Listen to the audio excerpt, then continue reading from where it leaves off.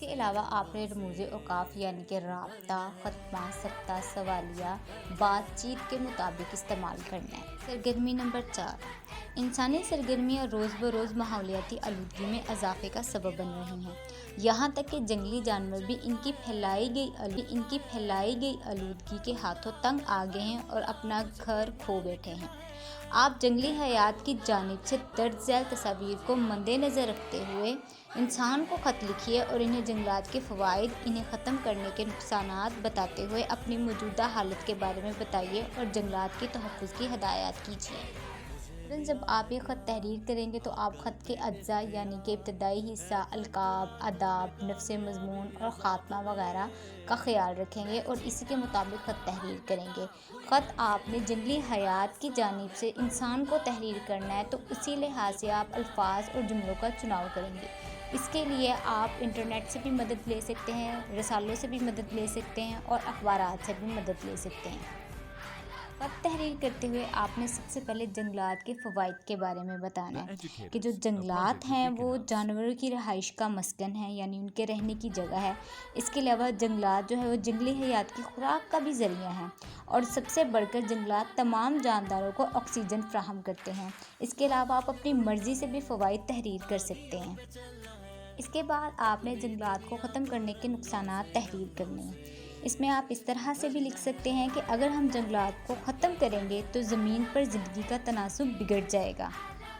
اس کے بعد آپ نے جنگلات کو ختم کرنے کے نقصانات بتانے ہیں۔ سب سے پہلا جنگلی حیات کو جو نقصان ہوگا وہ ان کی قدرتی رہائش کے ختم ہونے کا خطرہ ہے، اور دوسرا خطرہ آپ یہ بھی تحریر کر سکتے ہیں اور نقصان بھی تحریر کر سکتے ہیں کہ جنگلات جنگلی حیات کی خوراک کا ذریعہ ہے اور اس طرح سے قدرتی نظام میں رد و بدل آ جائے گا۔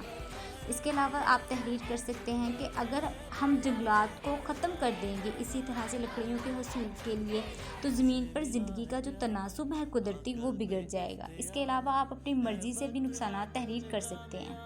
اختتام پر آپ نے جنگلی حیات کی طرف سے موجودہ حالت اور جنگلات کے تحفظ کی ہدایت بتانی ہے۔ آپ اس میں یہ بھی تحریر کر سکتے ہیں کہ اگر جنگلات کا کٹاؤ اسی طرح سے جاری رہا تو جنگلی حیات کا قدرتی مسکن ہمیشہ کے لیے ختم ہو جائے گا اور اسی طرح سے جانوروں کے اور جنگلی حیات کے ناپید ہونے کا خطرہ لاحق ہے۔ اس کے بعد آپ جنگلات کے تحفظ کی ہدایات کے بارے میں تحریر کر سکتے ہیں کہ صرف دولت کے حصول کے لیے اور انسانی ضروریات کو پورا کرنے کے لیے درخت نہ کاٹے جائیں، اس سے زمین کو بدترین درجہ حرارت کا سامنا کرنا ہوگا۔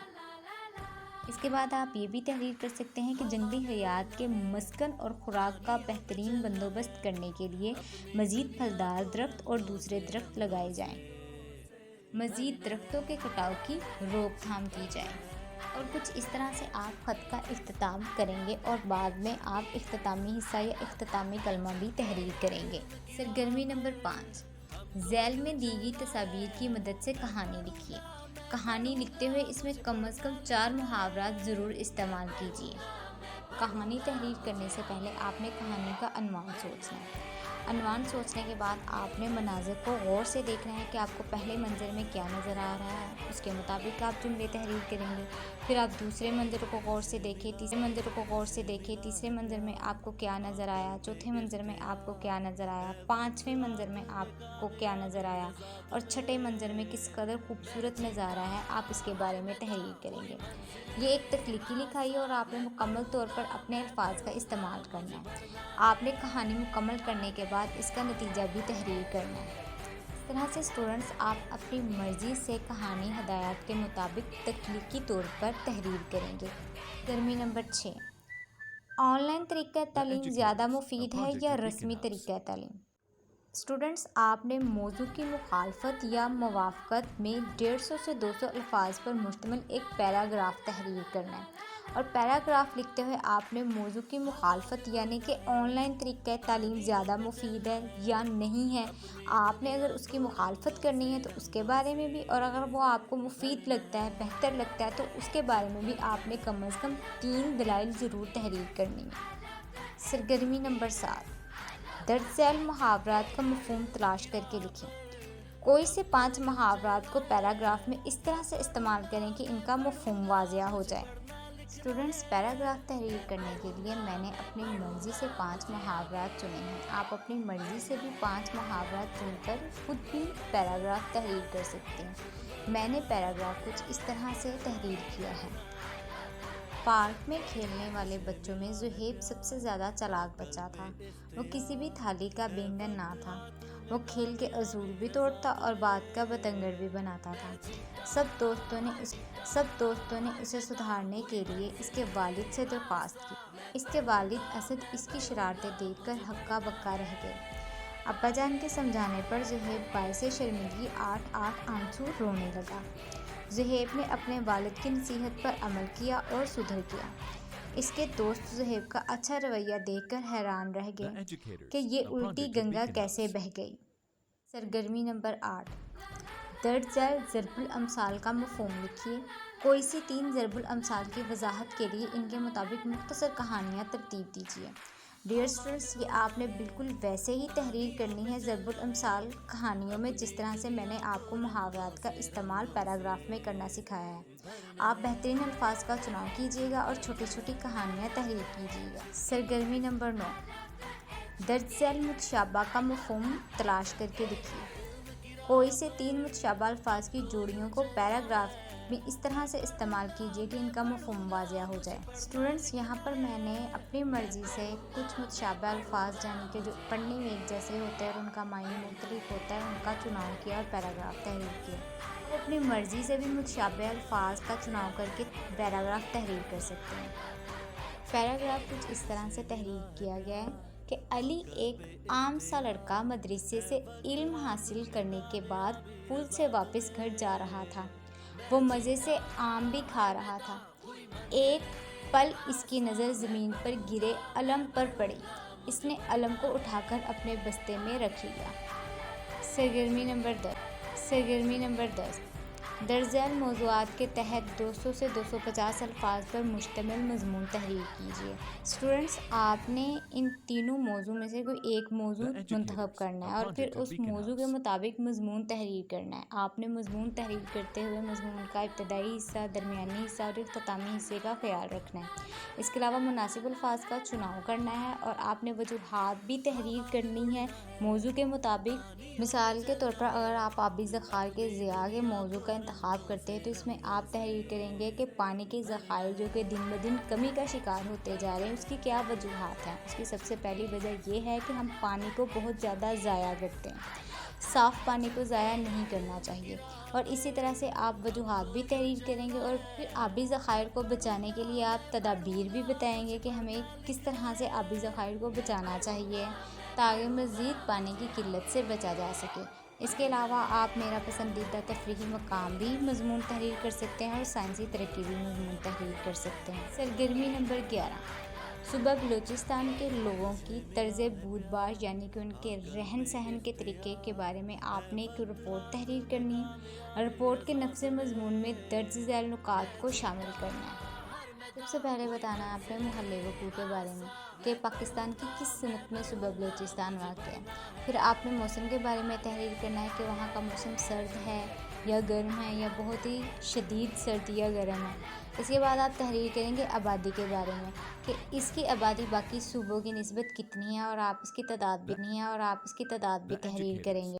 پھر آپ پیشوں کے بارے میں تحریر کریں گے کہ وہاں کے لوگوں کا زیادہ تر پیشہ کیا ہو سکتا ہے۔ وہ مال مویشی پالنا بھی ہو سکتا ہے اور اس پیشے کے علاوہ وہاں کے رہائشی کون سے پیشے سے منسلک ہیں۔ اس کے بعد آپ تحریر کریں گے رہن سہن کے بارے میں کہ وہاں کے لوگوں کا رہن سہن کیسا ہے، وہ کس طرح کے مکانات جو ہیں تعمیر کرتے ہیں، کس طرح سے اپنے گھریلو نظام کو چلاتے ہیں۔ اس کے بعد آپ تحریر کریں گے لباس کے بارے میں کہ بلوچستان کے جو رہائشی ہیں وہ کس طرح کا لباس پہنتے ہیں، ان کے مردوں کا لباس کیا ہے اور وہاں کی رہائشی خواتین کا لباس کون سا ہو سکتا ہے۔ اس کے علاوہ آپ تحریر کریں گے وہاں کی روایات کے بارے میں کہ ان کے رسم و رواج کے بارے میں کہ وہ شادیاں کس طرح سے کرتے ہیں اور اس کے علاوہ ان کی ثقافت کیا ہے اور وہ کن روایات کے ابھی تک پابند ہیں۔ رپورٹ لکھنے کے لیے درج ذیل خاکے کو مد نظر رکھیے۔ اسٹوڈنٹس، آپ نے رپورٹ تحریر کرتے وقت اس خاکے کو استعمال کرنا ہے، یعنی آپ اس کو کس طرح سے تحریر کریں گے اس کے بارے میں آپ کو بتایا جائے گا۔ سب سے پہلے آپ ٹائٹل یعنی کہ عنوان تحریر کریں گے، اس کے بعد رپورٹ پیش کرنے والے کا نام تحریر کریں گے یعنی آپ اپنا نام لکھیں گے، اس کے بعد آپ تاریخ تحریر کریں گے کہ آپ نے کس تاریخ کو رپورٹ تحریر کی، اس کے بعد آپ تعارف لکھیں گے، پھر آپ لفظ مضمون یعنی کہ کم از کم 4 پیراگراف ہونے چاہیے، اور جو پیراگراف ہوں گے وہ آپ کو جو بتائی گئی ہدایات کے مطابق آپ کو لکھنے ہوں گے جو آپ کو پہلے بتائی جا چکی ہیں۔ اس کے بعد آپ اپنے رپورٹ کو تحریر کرنے کا نتیجہ اخذ کریں گے، حاصل کلام بتائیں گے کہ آپ نے یہ رپورٹ کیوں تحریر کی۔ رپورٹ لکھنے سے پہلے درج ذیل نکات ذہن میں رکھنے ہیں آپ نے۔ سب سے پہلا اور بنیادی نکتہ ہے کہ رپورٹ صوبہ بلوچستان کے لوگوں کی زندگی سے متعلق ہو، جیسے کہ آپ کو ہدایات میں بتایا جا چکا ہے کہ صوبہ بلوچستان کے لوگ کس طرح سے زندگی بسر کرتے ہیں۔ اس کے بعد آپ نے رپورٹ کا پہلا صفحہ یعنی کہ جو ٹائٹل پیج ہے وہ دیے گئے طریقہ کار کے مطابق آپ نے بنانا ہے۔ اس کے بعد آپ نے ٹائٹل پیج کے علاوہ رپورٹ جو آپ نے تحریر کرنی ہے صوبہ بلوچستان کے لوگوں کی زندگی کے مطابق وہ 3 صفحات سے زیادہ نہیں ہونی چاہیے۔ رپورٹ بناتے ہوئے آپ نے مواد کے مطابق جو ہیں تصاویر جو ہیں اور ڈرائنگ وہ بنانی ہے۔ آپ تصاویر جو ہیں وہ لگا سکتے ہیں اخبار سے لے کے، رسالوں سے لے کے، اور اس کے علاوہ آپ خوبصورت سی ڈرائنگ بھی بنا سکتے ہیں۔ اس کے علاوہ آپ اپنی مرضی سے بھی کسی خوبصورت انداز سے رپورٹ کو مزید خوبصورت بنا سکتے ہیں۔ اس کے بعد اسٹوڈنٹس آپ نے ان تمام صفحات کو کسی دھاگے، رنگ بائنڈر، اسپائرل بائنڈر یا کسی اور بھی دیدہ زیب طریقے سے جو ہے وہ اکٹھا کرنا ہے اور بہترین انداز سے اپنی رپورٹ تحریر کرنی ہے اور تیار کرنی ہے۔ اسٹوڈنٹس موسم گرما کی چھٹیوں سے مزید لطف اندوز ہوئیے گا اور دی گئی ہدایات کے مطابق سمر پیک اردو کا حل کیجیے گا۔ اپنا بہت سا خیال رکھیے گا ڈیئر اسٹوڈنٹس۔ اللہ حافظ۔